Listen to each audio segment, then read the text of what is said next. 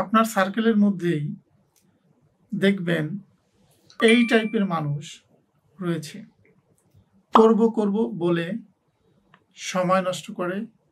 তারা সাধারণত নিচের ধরনের মানুষগুলোর মধ্যে একটি। সাহসহীন, কাজ শুরু করতে ভয় পায় বা আত্মবিশ্বাস কম থাকে। অস্থির মনের, এক এক সময় এক এক চিন্তা করে, স্থির সিদ্ধান্ত নিতে পারে না।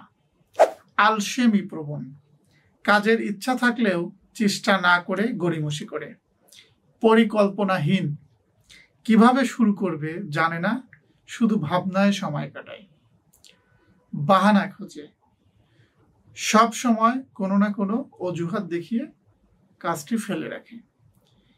এই টাইপের মানুষগুলো যদি আপনার সার্কেলে থাকে, অবশ্যই তাদের থেকে দূরে থাকুন, কারণ তারা নিজেরা তো ধ্বংস হবেই, আপনাকে সহ সমূলে ধ্বংস করে দিবে।